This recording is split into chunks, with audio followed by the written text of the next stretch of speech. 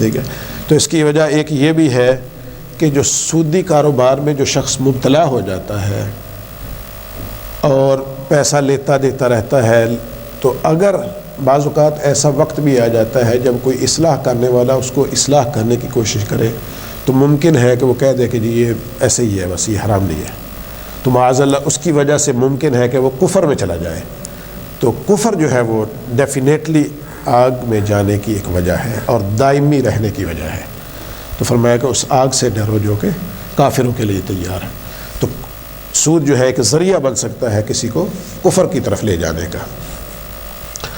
اور ایک اس کی وجہ یہ بھی ہے کہ جب مشرکین مکہ نے غزوہ بدر ہوا نا، تو وہاں پہ ان کو خسارہ ہوا، ان کے 70 جو ہے کفار مارے گئے، 70 قیدی ہو گئے.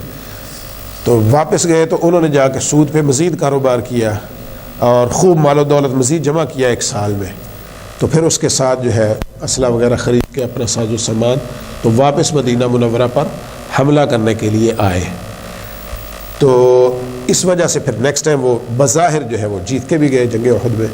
تو اس وجہ سے ممکن یہ بھی تھا کہ مسلمانوں کے دل میں بھی خیال آ جاتا کہ ہم بھی اپنے مال و دولت کو بڑھائیں تاکہ ہم بھی ان کے مقابلے میں زیادہ ساز و سامان لے سکیں.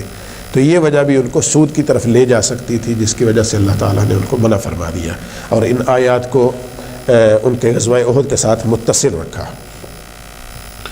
اسی طرح زمانہ جاہلیت، اب دو چیزیں ہیں، ایک سود ہے اس کو مفرد کہتے ہیں، ایک سود مرکب ہے.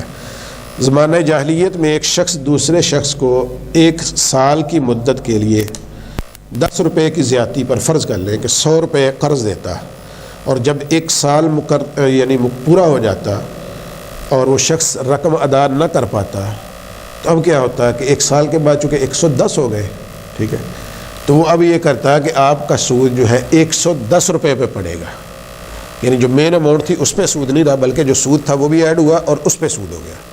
ٹھیک ہے، تو وہ اس طرح پھر کیا ہوتا ہے کہ اگلے سال وہ 111 پہ چلا جائے گا. ٹھیک ہے، تو اس سے اگلے سال وہ 222 یعنی 22 پہ اس طرح بڑھتا بڑھتا وہ ہر سال 10% جو اوپر پڑ رہا تھا اس کا بھی آگے بڑھتا چلا گیا. تو یہ ہے، اس کے بارے میں علماء نے فرمایا کہ اس کو کہتے ہیں اضعافا مضاعفہ. ایک سود کی یہ قسم ہے، اور دوسری سود کی وہ قسم ہے کہ آپ نے جو 100 روپیہ دیا کسی کو، اس پہ آپ نے کہا جی سال بعد 10 روپے لینے ہیں. ٹھیک ہے، اب سال بعد وہ نہیں دے سکا، ٹھیک ہے، اور وہ کہتا ہے جی 1 سال مجھے اور دے دے. تو اب آپ نے کیا کیا کہ جو نیکسٹ ایئر ایکسٹینڈ کیا ہے اس کو صرف 100 پہ ہی ایکسٹینڈ کیا ہے، جو 110 تھے وہ اسی طرح باقی رکھے چونکہ وہ سود کے تھے. تو آپ کی جو میجر اور مین اماؤنٹ تھی آپ نے سود کو اسی پہ قائم رکھا ہے، دوسرے پر نہیں رکھا. تو یہ والا جو سود ہے اس کو سود مفرد کہا جاتا ہے. وہ والا سود مرکب ہے، اور مرکب مطلب کہ وہ بڑھتا چلا جاتا ہے، جمع ہوتا جاتا ہے. تو اس والی آیت میں اللہ تعالیٰ نے سود مرکب کو فرمایا کہ اس کے قریب نہ جاؤ اور وہ نہ کھاؤ، کیونکہ اضعاف مضاعفہ، زیادہ سے زیادہ دگنا چگنا کر کے نہ کھاؤ. حالانکہ یہ شروع میں تھا، پھر اس کے بعد جو ہے سود مفرد جو ہے اس کو بھی حرام کر دیا گیا. تو اللہ تعالیٰ نے دوسری جگہ سورہ بقرہ میں فرمایا وَأَحَلَّ اللَّهُ الْبَيْعَ وَحَرَّمَ الرِّبَا، کہ اللہ تعالیٰ نے بیع کو حلال قرار دے دیا ہے، خرید و فروخت کو، تجارت کو، اور سود کو حرام قرار دے دیا. تو وہاں پہ سود کی ہر قسم جو ہے وہ حرام قرار دے دے گی، چاہے مفرد ہو چاہے مرکب ہو. تو یہ چند ایک چیزیں ہیں سود کے ضمن میں. اس کے علاوہ جو ہے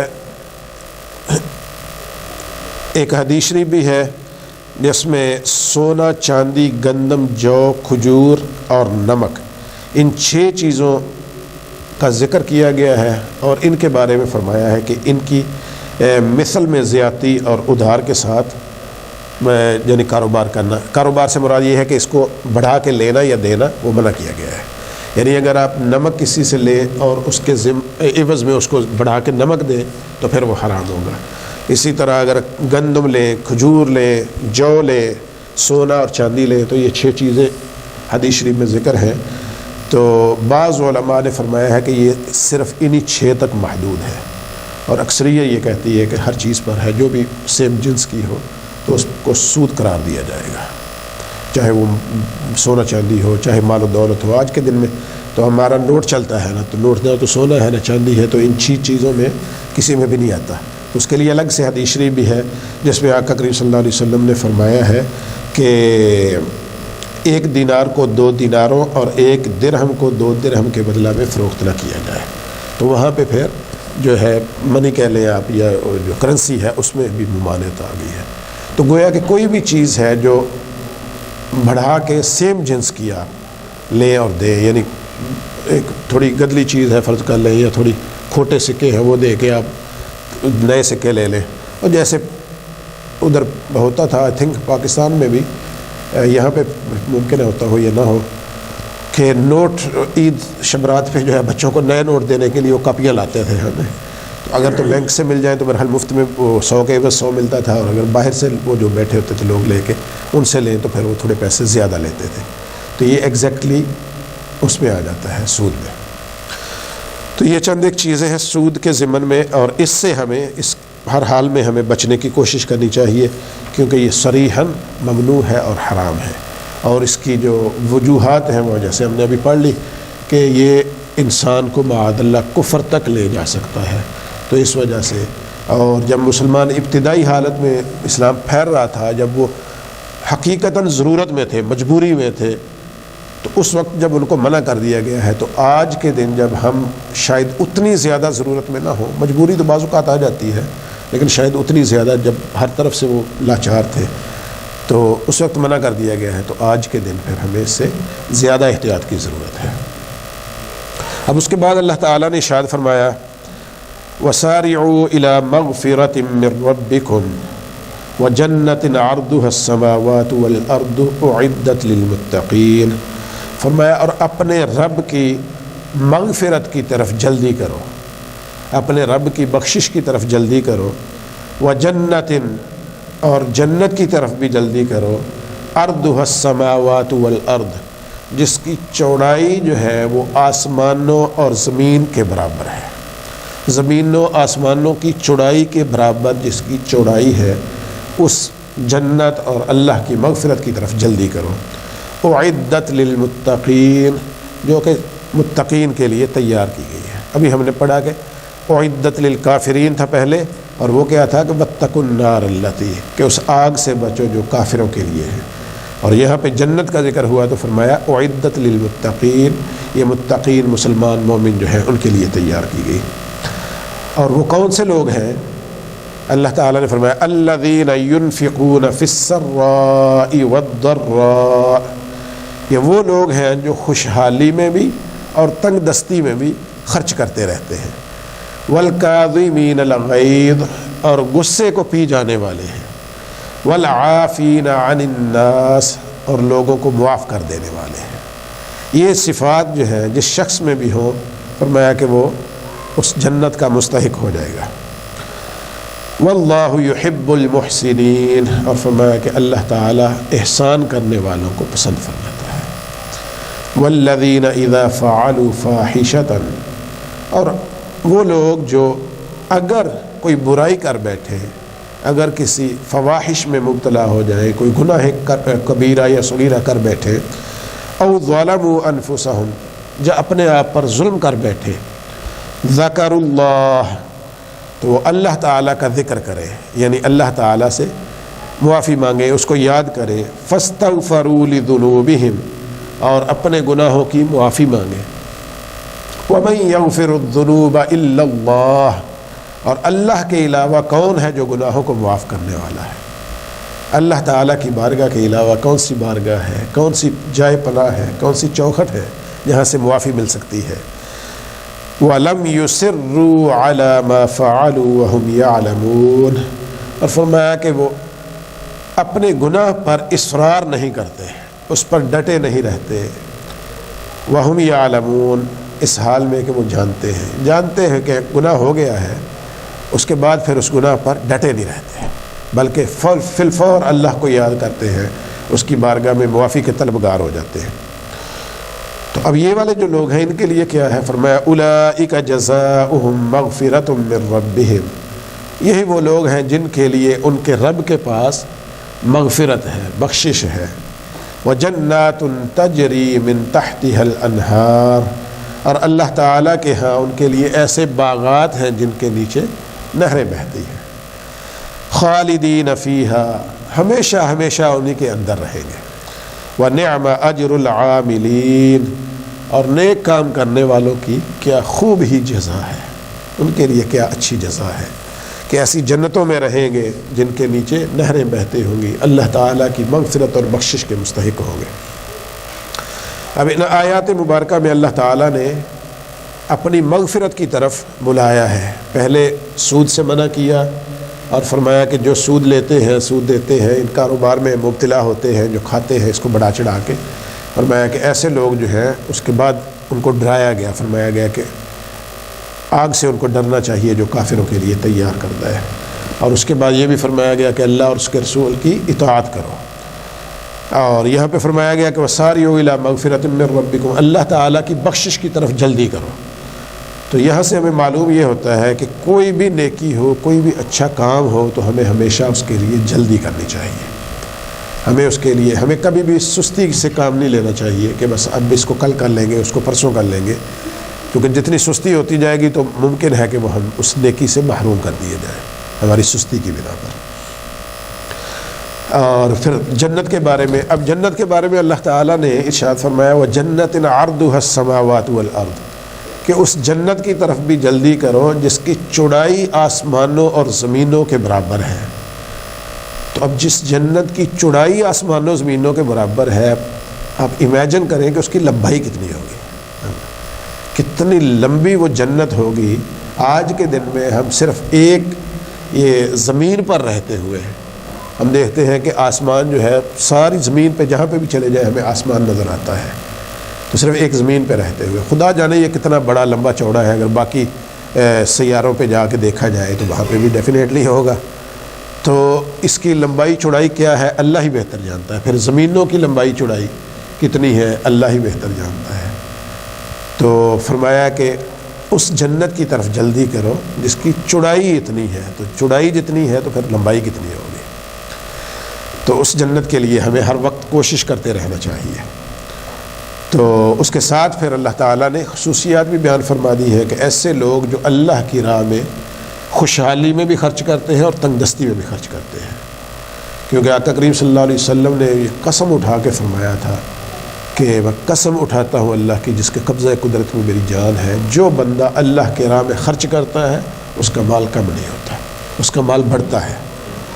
تو ہم دنیاوی لحاظ سے دیکھیں تو ہمارا مال 100 میں سے اگر ہم 10 اللہ کی راہ میں خرچ کرتے ہیں تو ہمارے پاس تو 90 رہ جاتے ہیں، لیکن آقا کریم صلی اللہ علیہ وسلم نے بھی فرمایا، اور اللہ تعالیٰ کے کلام مجید میں بھی بار بار ہم نے پڑھا اور آگے بھی پڑھیں گے، یہاں پہ بھی فرمایا گیا کہ اللہ کی راہ میں خرچ کریں گے تو آپ کو اللہ تعالیٰ بڑھا چڑھا کے دے گا، دگنا چوگنا دے گا، اور 70 گنا اور 700 گنا تک فرمایا گیا، اور فرمایا گیا واللہ یضاعف لمن یشاء، اللہ جس کے لیے چاہے اس سے بھی ڈبل کر دے۔ بالکل ہاں، تو یہ جتنا آپ اللہ کے راستے میں دیتے جائیں گے، فرمایا کہ ایسے لوگ جو خوشحالی میں بھی اللہ کی راہ میں خرچ کریں اور تنگ دستی میں بھی۔ اب خوشحالی میں خرچ کرنا تو پھر بھی نسبتاً آسان ہے کہ بندے کے پاس چلے اضافی پیسے پڑے ہیں تو اللہ کے راہ میں خرچ کر دیتا ہے، لیکن تنگ دستی میں خرچ کرنا یہ صحیح امتحان ہوتا ہے کہ جس کے پاس پہلے ہی کم ہو، تھوڑا ہو، تو وہ جو اللہ کی راہ میں خرچ کرتا ہے وہ اللہ رسول کی بارگاہ میں وہ بہت زیادہ محبوب ہوتا ہے۔ اگر ہم دیکھیں غزوہ تبوک کے موقع پر جب آقا کریم صلی اللہ علیہ وسلم نے مسلمانوں سے مال کی وہ اپیل کی تھی، ہے نا، تو مسلمانوں نے اپنا زیادہ سے زیادہ سامان لا کے وہاں پہ جمع کر دیا۔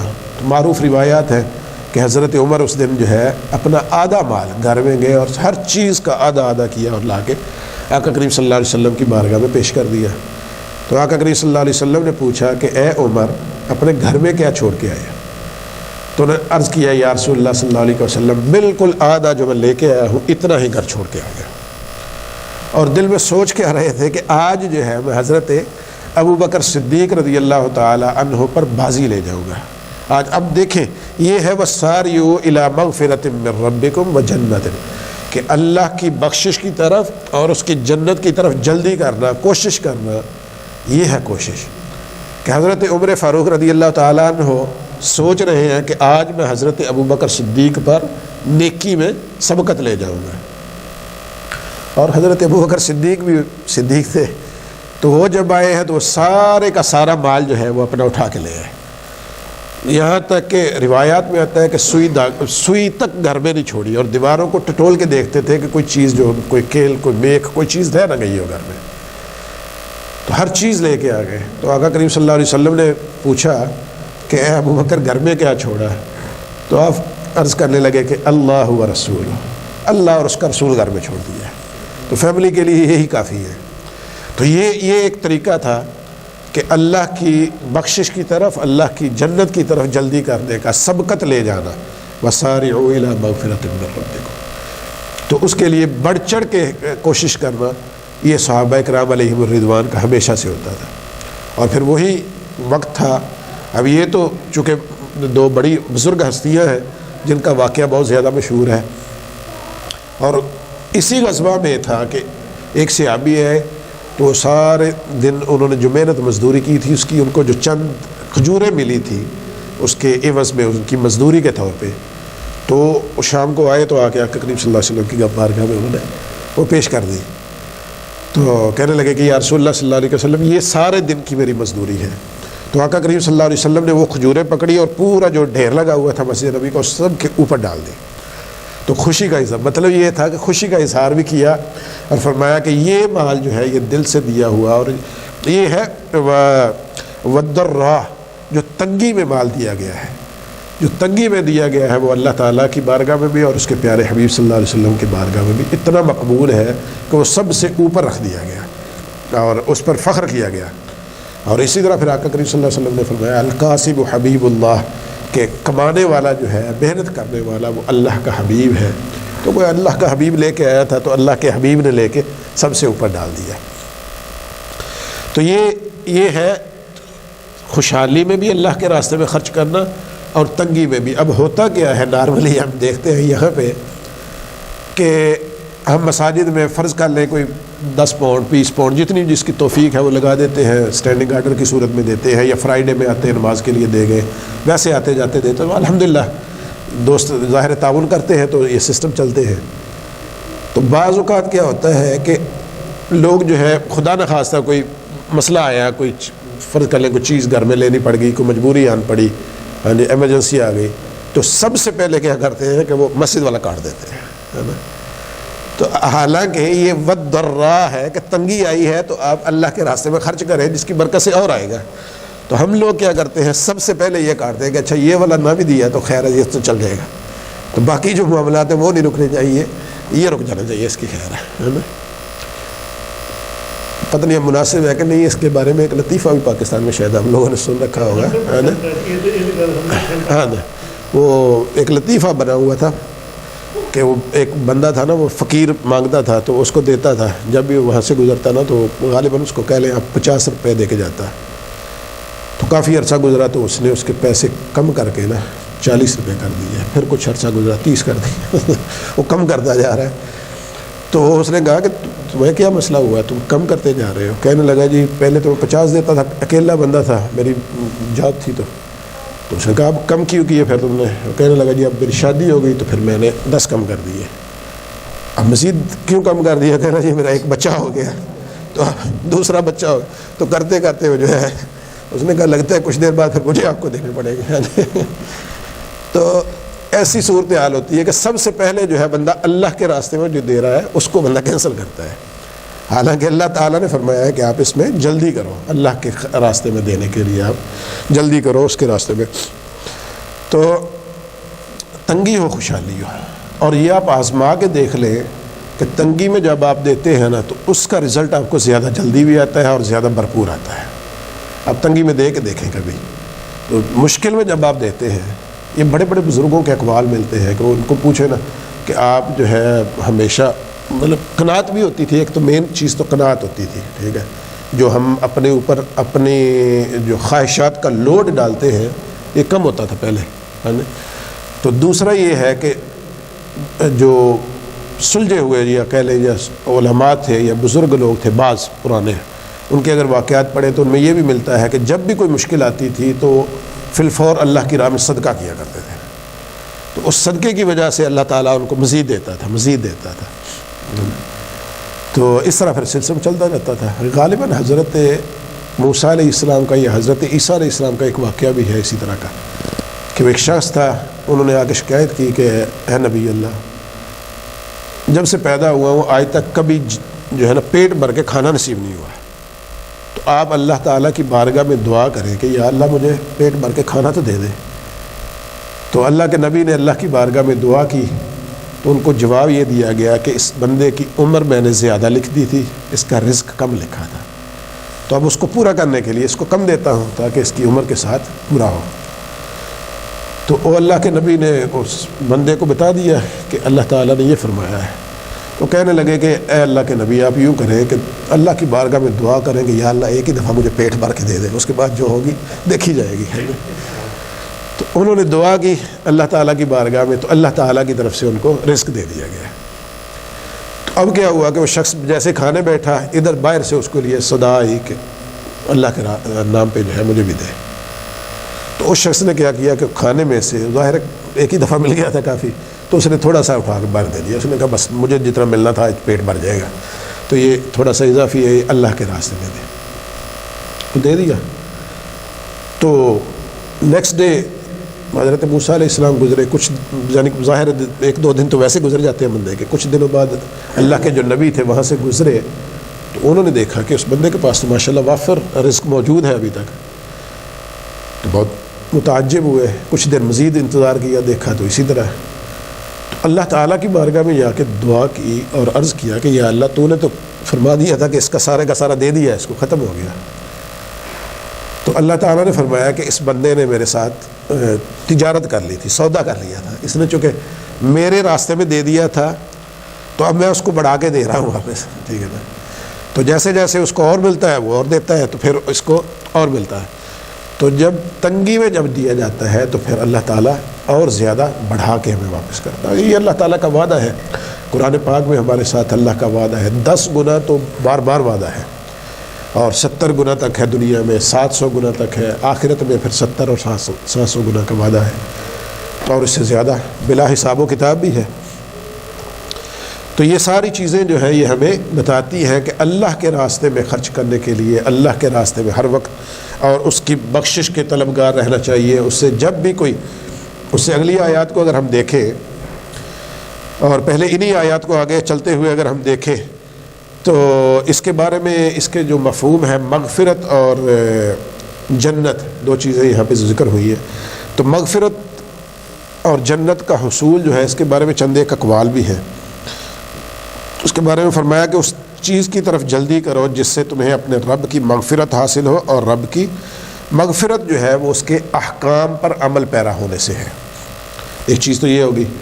دوسری یہ ہے کہ ان کاموں سے منع ہونے پر جن سے منع کیا گیا. اور امام رازی رحمۃ اللہ تعالیٰ علیہ نے لکھا ہے کہ مفسرین نے اس کی کئی تفسیریں کی ہیں. حضرت ابن عباس رضی اللہ تعالیٰ عنہما فرماتے ہیں کہ اس سے مراد اسلام کی طرف جلدی کرنا ہے. یعنی کوئی شخص معاذ اللہ کافر تھا, تو جیسے ہی اسلام اس پر آیا تو اس کو چاہیے کہ جلدی سے اس کو قبول کر لے, کیونکہ یہ اس کی مغفرت ہے اور اس کے جنت کی طرف اس کی جلدی ہے. اور پھر اسی طرح حضرت علی کرم اللہ وجہہ الکریم نے ارشاد فرمایا کہ اس سے مراد فرائض کی ادائیگی میں جلدی ہے, کہ جیسے ہی نماز فرض ہوئی اس کو ادا کر لیا جائے, زکوٰۃ فرض ہوئی اس کو ادا کر دیا جائے, حج فرض ہوا اس کو ادا کر دیا. جو بھی چیز فرض ہوئی تو اس کی ادائیگی میں جلدی کرنا, وہ اس آیت سے مراد, اللہ کی مغفرت سے مراد یہ ہے. حضرت عثمان بن عفان رضی اللہ تعالی عنہ بیان فرماتے ہیں کہ اس سے مراد اخلاص ہے. بندے کے اندر اخلاص ہونا, وہ اللہ تعالیٰ کی مغفرت کی طرف جلدی کرنا ہے. اسی طرح ابو العالیہ نے فرمایا کہ اس سے مراد ہجرت ہے. اور حضرت سعید بن جبیر رضی اللہ تعالیٰ عنہ نے فرمایا کہ اس سے مراد تکبیر اولا ہے. جب نماز شروع کرتے ہیں ہم تو اس کی جو پہلی تکبیر ہے, بالخصوص امام کے ساتھ ملنے کے لیے جو پہلی تکبیر ہے اس کے ساتھ ملنا, اس سے مراد مغفرت اور جنت کی طرف جلدی سے مراد اس تکبیر اولا کے ساتھ ملنا ہے. تو ہم بعض اوقات یہ بھی کرتے ہیں کہ دیکھتے ہیں کہ تراویح میں خاص طور پہ کہ وہ حافظ صاحب اگر تھوڑا لمبا رکعتیں کر رہے ہوں تو لوگ پیچھے بیٹھے رہتے ہیں, تو جیسے رکوع میں جاتے ہیں تو فٹافٹ اللہ اکبر کر کے مل جاتے ہیں. تو تکبیر اولا کو ہم مس کر دیتے ہیں. اور ساری قرات اور قیام جو ہے اس کی فضیلت سے ہم محروم رہ جاتے ہیں۔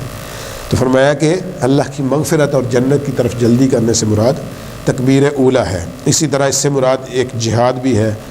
حضرت اکرمہ فرماتے ہیں کہ اس سے تمام عبادات مراد ہیں، جو بھی عبادت ہے اس سے مراد وہ ہے۔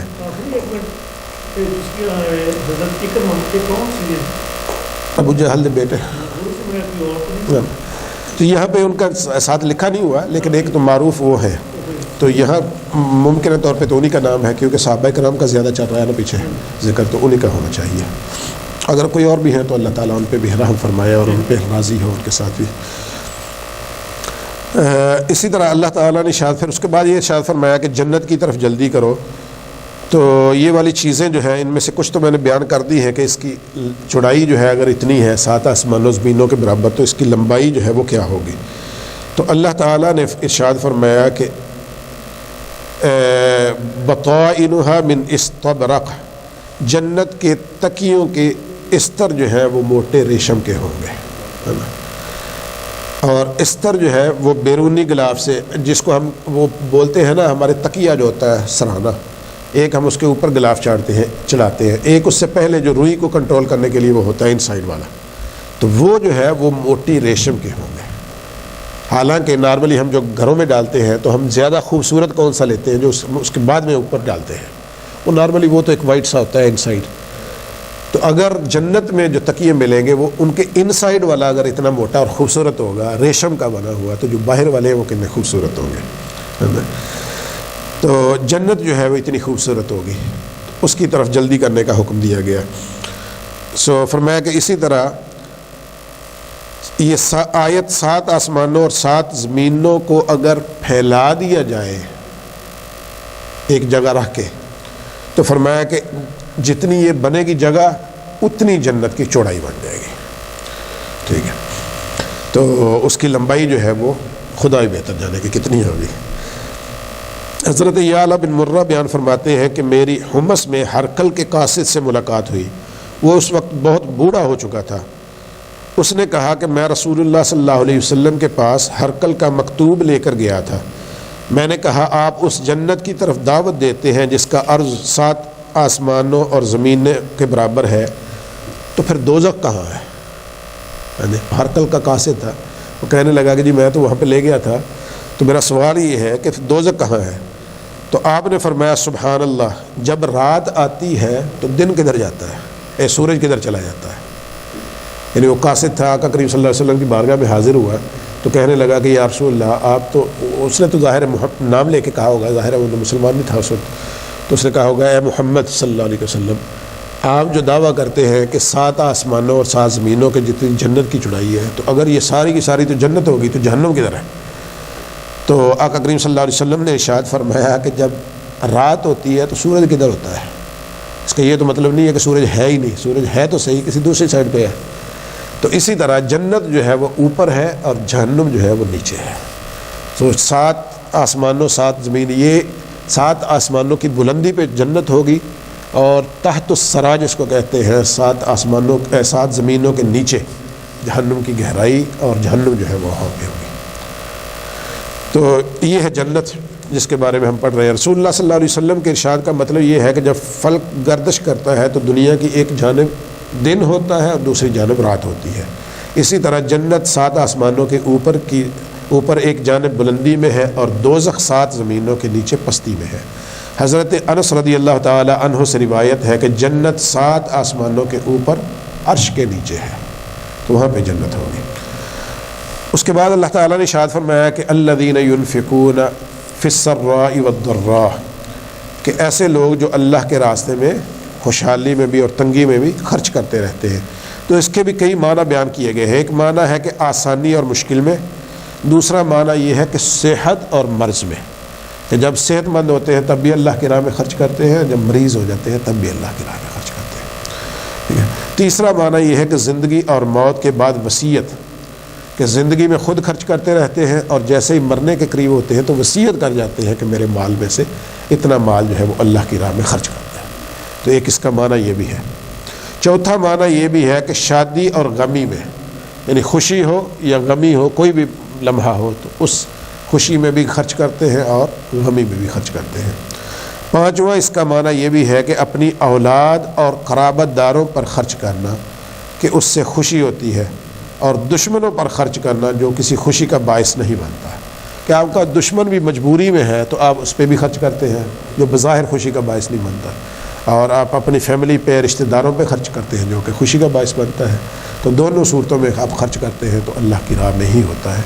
اللہ نہ کرے یہاں پہ کسی آپ کا نیبر ہے کہ اس کے گھر میں آگ لگ جائے، کچھ بھی ہو جائے، تو ظاہر جان کو ڈال کے مصیبت میں تو کوشش کرتے ہیں کہ اس کی جتنی ہیلپ ہو سکے، اور بعد میں اگر کوئی ایسا نان مسلم بھی ہوتے ہیں، خدا نہ خواستہ کہیں پہ زلزلہ آ جائے، کہ کوئی سیلاب آ جائے، کوئی مسلم نان مسلم کی تمیز کے بنا پھر لوگ خرچ کرتے ہیں، تو اس سے مراد یہ بھی ہے۔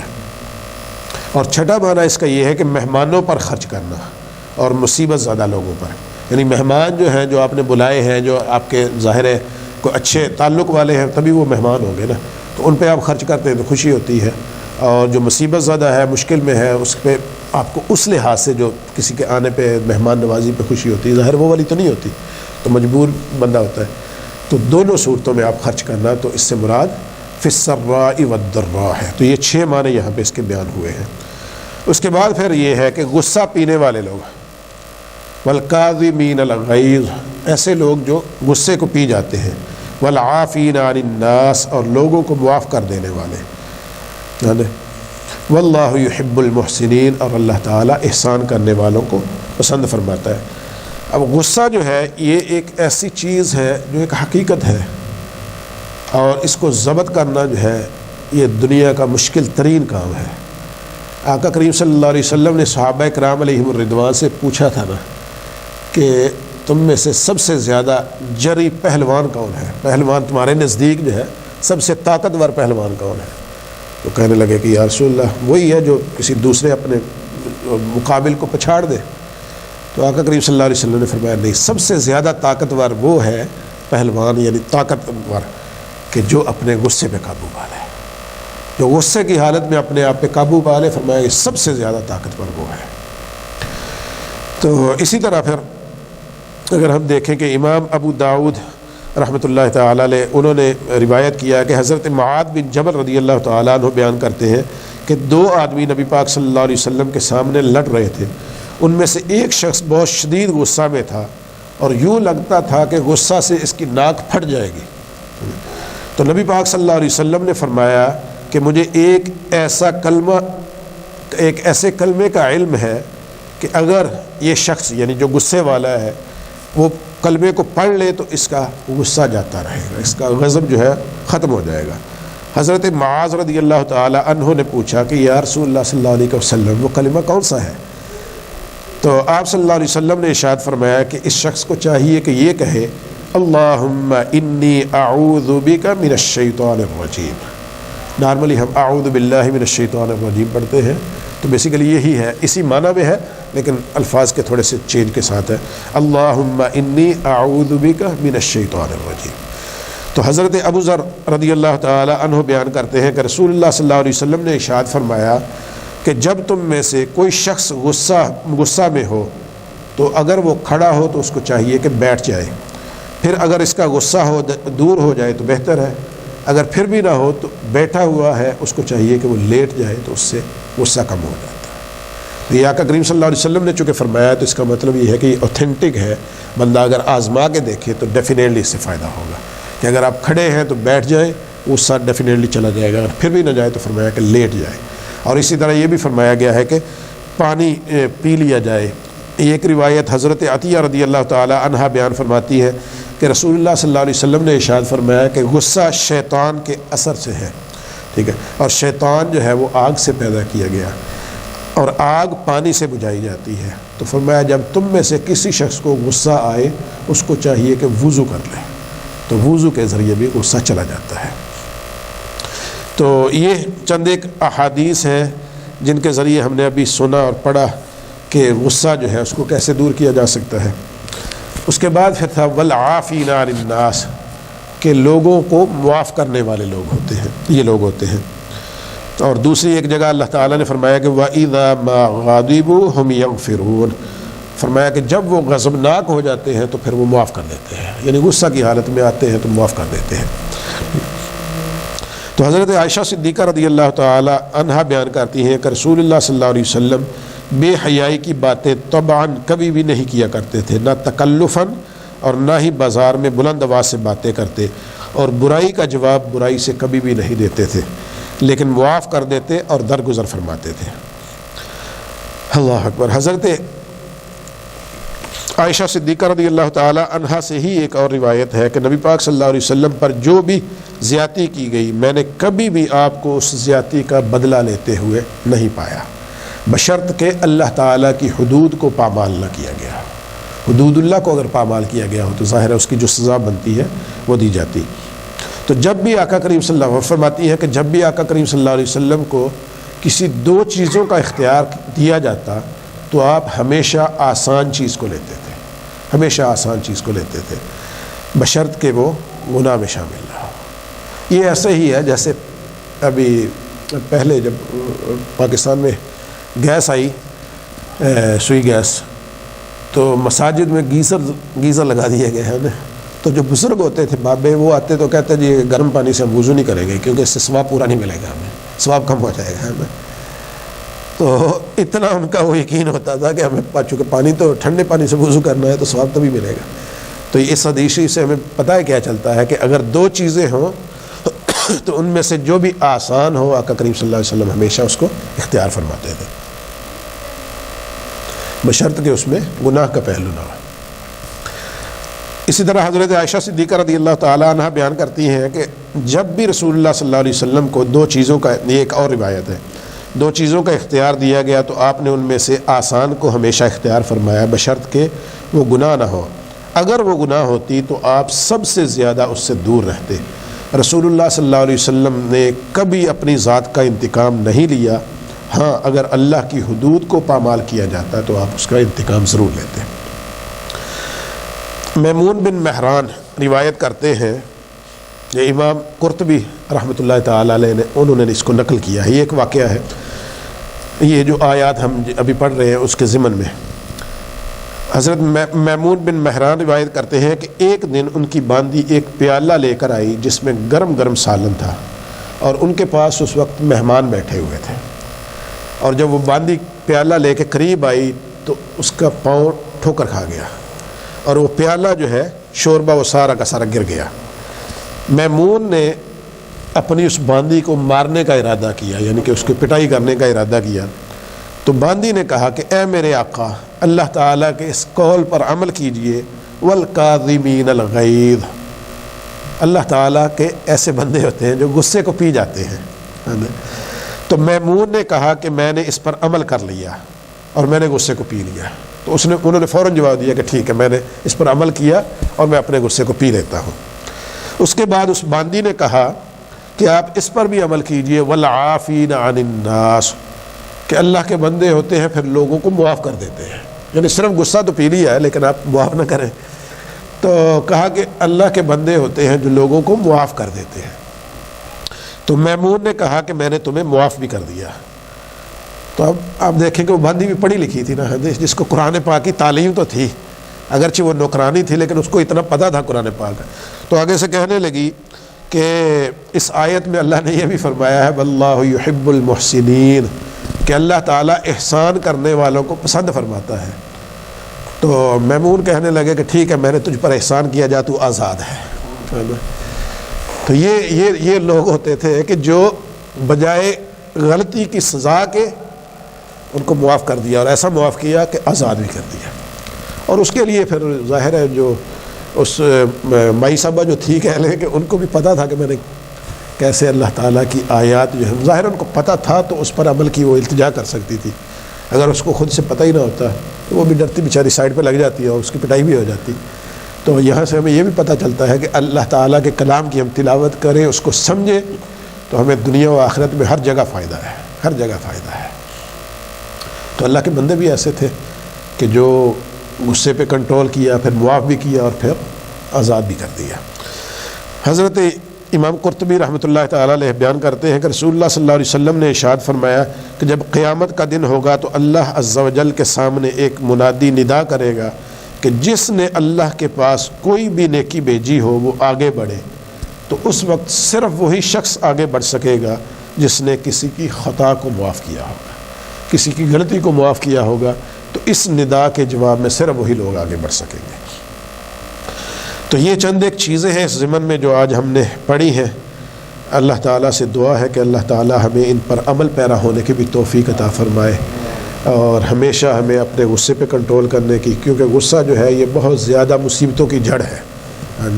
ساری مصیبتوں کی جڑ جو ہے یہ غصہ ہے، اور فیملی لائف میں تو یہ بہت زیادہ پرابلم کرتا ہے۔ معاذ اللہ لڑائیاں ہوتی ہیں، جھگڑے ہوتے ہیں، پرابلمز آتی ہیں۔ اسی طرح بہنوں بھائیوں میں بعض اوقات ہوتی ہے، بچوں کی والدین کے ساتھ ہوتی ہے۔ بچے تو وہ بڑھتی کیا ہوتا ہے کہ بعض اوقات بچے چھوڑ جاتے ہیں، بعض اوقات والدین نکال دیتے ہیں۔ تو جدھر بھی دیکھیں آ جا کے تو اینڈ رزلٹ اور اس کا یہ بیسک اس کے بیک گراؤنڈ ہوتا ہے، وہ کیا ہوتا ہے جی؟ غصہ۔ اور پھر بعد میں ساری زندگی بندہ پچھتاتا ہے، سوچتا ہے کہ اگر اس وقت میں غصہ نہ کرتا تو شاید بہتر رہ جاتا، معاملہ اتنا خراب نہ ہوتا۔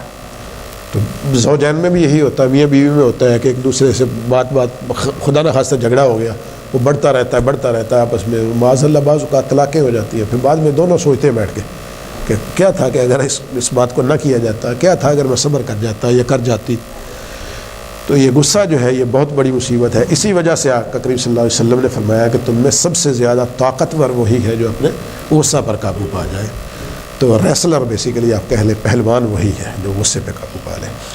تو اللہ تعالی ہمیں عمل کرنے کی بھی توفیق عطا فرمائے۔ وما علی الا البلاغ۔ کسی نے کار لگتا ہے غلط پارک کی ہوئی ہے، بندہ آ گیا نیبر۔ یہ جو فلیٹس ہیں ان کے سامنے اگر کسی نے پارک کی ہے تو کائنڈلی ہٹا لیں، نمبر دیکھنے گیا بچہ بھی ہے۔ بسم اللہ الرحمن الرحیم، اللہم صلی علی سیدنا و کریمنا و شفیعنا و مولانا محمد وعلی آلہ وصحبہ وبارک وسلم۔ ربنا تقبل منا انك انت السميع العليم وتب علينا انك انت التواب الرحيم۔ ربنا آتنا في الدنيا حسنة وفي الآخرة حسنة وقنا عذاب النار۔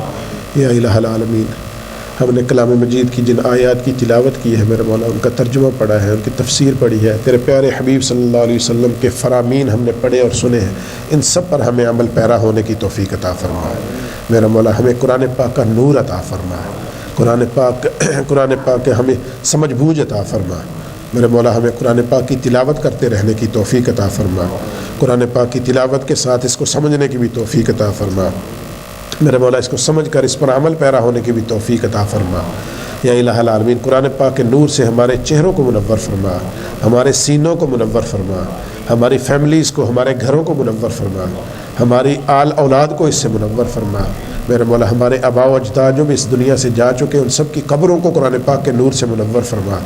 آقا کریم صلی اللہ علیہ وسلم کی ساری امت مرحومہ کی قبروں کو منور فرما۔ آقا کریم صلی اللہ علیہ وسلم کی امت مرحومہ کے تمام افراد کی بخش و مغفرت فرما، اور امت موجودہ کے احوال پہ اپنا خصوصی لطف و کرم فرما یا الہ العالمین۔ فلسطین کے مسلمانوں کے حال پہ اپنا خصوصی لطف و کرم فرما یا الہ العالمین۔ ان کو آزادی کی نعمت عطا فرما، اور جو ظلم و ستم میرا مولا ان پر مسلسل روا رکھا جا رہا ہے اس سے ان کو نجات عطا فرما۔ مسجد اقصیٰ کو آزادی عطا فرما یا الہ العالمین۔ پاکستان اور اہل پاکستان ایک بہت بڑی سیلاب کی مصیبت میں مبتلا ہے میرے مولا، ان کو اس سے نجات عطا فرما یا الہ العالمین۔ سب کی حفاظت فرما یا الہ العالمین، سب کو اس سے نجات عطا فرما، اپنے حفظ و امان میں رکھ میرے مولا یا الہ العالمین۔ سب کی تمام مشکلات کو دور فرما، سب کی پریشانیوں کو دور فرما۔ اور آج کے کھانے کا انتظام ہمارے محترم بھائی کی طرف سے کیا گیا، ہمیشہ منع کرتے ہیں، یا اللہ تو سب کے ناموں کو بہتر جانتا ہے میرے مولا۔ ان کی دینی دنیاوی مشکلات کو دور فرما، ان کے والدین کی بخش و مغفرت فرما، ان کی فیملی کے جتنے بھی اعزاء و اقارب میں سے، والدین میں سے جو بھی اس دنیا سے جا چکے سب کی بخش و مغفرت فرما، ان کے بچوں کو نیک اور صالح بنا میرے مولا، ان کی دینی دنیاوی مشکلات کو دور فرما۔ ہم سب جتنے بھی حاضرین و حاضرات ہیں سب کی مشکلات کو دور فرما، سب کی پریشانیوں کو ختم فرما، سب کے لیے آسانیاں پیدا فرما میرے مولا۔ جو بے اولاد ہیں ان کو نیک اور صالح اولاد عطا فرما، جو قرض دار ہیں ان کو قرضے سے رہائی عطا فرما، جو تنگ دست ہیں ان کی تنگ دستی کو دور فرما میرے مولا۔ سب کی تمام مشکلات کو دور فرما، سب کے لیے ہمیشہ آسانیاں پیدا فرما۔ ربنا اغفر لنا ولاخواننا الذين سبقونا بالایمان ولا تجعل في قلوبنا غلا للذين آمنوا ربنا انك رؤوف رحيم۔ وصلى الله تعالى على خير خلقه ونور عرشه محمد وعلى آله وسلم۔